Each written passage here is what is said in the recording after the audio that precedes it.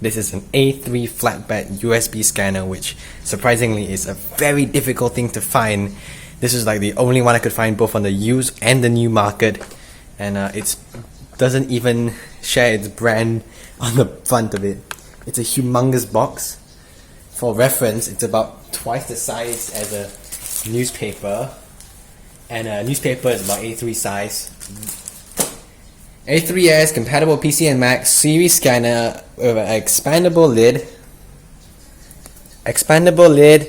A3 large size, 48-bit color depth, and OCR recognition in a variety of different languages. Okay, so it talks about how A3 size scanning, easy USB 2.0 connectivity, supports TWAIN interface scanning on PC and Mac, detachable scanner lid for scanning large and thick objects. Bonus software includes scan, copy, email, OCR, PDF, and more. And the rest of the box is basically the same thing in a variety of different languages until the very bottom, which tells you that this is a Mustek system ink scanner. The brand is so not advertised. And then on this side of the box, we have more details, like for example, this is model A600S. It's a color CIS flatbed scanner. It's 48-bit and 24-bit color, and then gray is 16-bit and 8-bit. Line out is 1-bit. There's a scanning area of 11.68 inches by 16.52 inches, or approximately 297 millimeters by 420 millimeters. Optical of 600 dpi by 600 dpi. Software interpolation is 9600 dpi by 9600 dpi. USB 2 LED for the light source. Dimensions 555 millimeters by 383 millimeters by 88 millimeters. With an approximate weight of 4.3 kilograms, with a power consumption of 12 volts DC, 2 amps, 24 watts, with a power supply that inputs 110 to 120 volt AC or 200 to 240 volt AC at 50 and 60 Hz. Windows XP Vista 7.8, so it's not that old. Mac OS X 10.7 to 10.9, and it's got scanner driver, ABBYY fine reader, ArcSoft media impression, Adobe Acrobat reader, and then for the Mac is scanner driver and image acquire. We got a EAN code, serial number, and then package includes A3 USB scanner, power adapter, user guide, USB cable, software CD, system requirements, a Pentium 1.2 GHz or better processor, XP Vista 7, macOS 10.4 to 10.7, which is different from up here, surprisingly.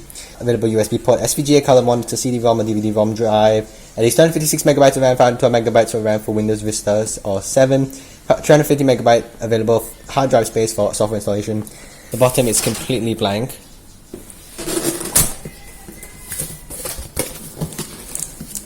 Inside here, we have the power supply, which, as mentioned on the box, 24 watts, 12 volts, 2 amps, so it's quite beefy power supply. Weighs a reasonable 2-pin prong, and just a barrel jack connector here. And then over here we got the standard printer scanner cable that's expected. And if I move all this aside,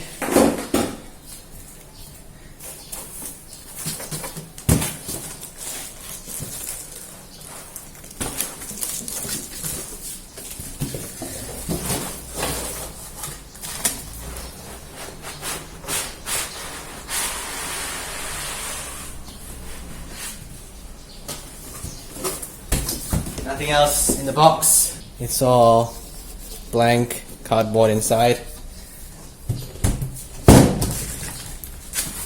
So,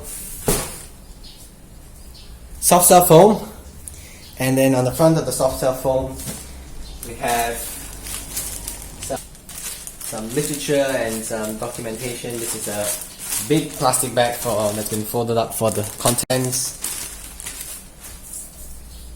We got an A3 600S installation CD with the aforementioned software I mentioned that was also on the box. And quick start guide here.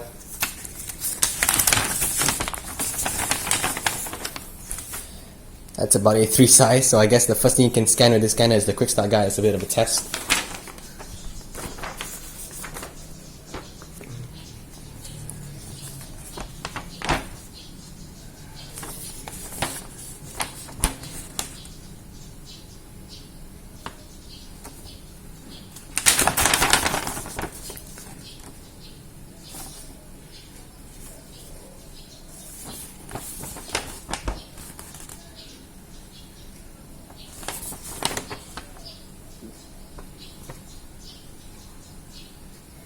So I guess this is the bottom of the range scanner that they have. They have the scanners with a high DPI.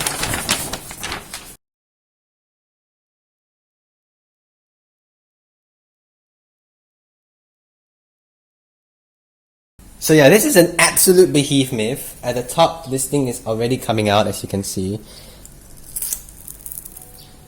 This side, there's nothing to it. And then at the back here, we got the USB, you got the power. So it's the DC in 12 volts. And then you got a flatbed scanner. And then nothing much to this side here. And then the front.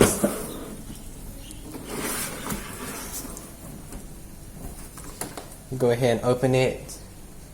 We have a piece of paper. Mustek, please go to this link for the latest Windows 10 macOS driver.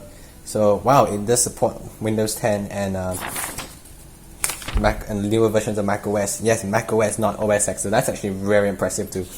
Good. I think there's something wrong with the glue because this lid here it can peel off quite easily. So I'm not going to touch anymore. And this is the scanner itself.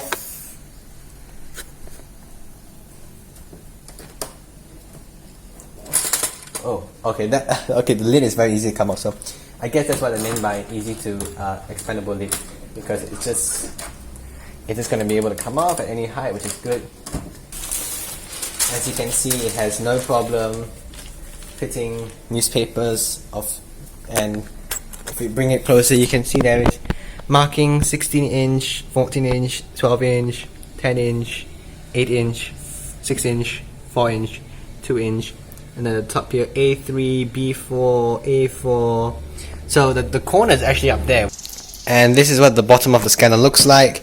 There's no rubber feet, it's just plastic feet. This is what the scanner looks like with the label.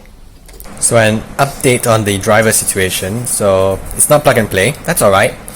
So this is the website they instruct you to go over to, and it's not the most intuitive. So then basically this is giving you like 3 options to where you want to download it from. Because they host the driver on 3 different servers in 3 different parts of the world. Alright, Taiwan FTP it is. And then I have to decide for myself. I have to basically direct myself to their own directory, which is a little bit cautious. Okay, so I have a list of utilities I can go through, but there's also the manual directory, which is with the manuals in mind. But obviously I want the driver, so I can go to the driver directory, and I'll be greeted with a whole host of subdirectories, which of course mine is the 600S, and then there's the 600S, C9X, and D2J. So I have to go to both of them because I'm unsure at this point what it is. So in C9X, I can open important notice text and then find out that I need to refer to my serial number, which is at the back of the scanner. And then by referring to the back of the scanner, I know that mine is not C9X, it's D2J, so I can actually close this and focus on D2J. Go over to Windows, but it's good to know they have a Linux driver as well, which is good, I guess. Supports Ubuntu 16.04 and Fedora 24, so Debian-based Linux distro basically. So that's good. So Windows 10L V30, and then I can finally download the zip folder. So I have to go through driver A3600S D2J, Windows, and 10L, and then it's about 71.4 megabytes in size. Extracting this, we got a setup.exe file as well as a subdirectory is setup prerequisites, and then so one's a 32-bit and one's a 64-bit executable. Let's launch setup.executable. Yes. English, US, okay. So it's just been decompressing, and now it's installing. And I want to restart my computer now, yes. You can tell it's A3 since that you know A4 can go sideways. This basically confirms that if you want the correct orientation,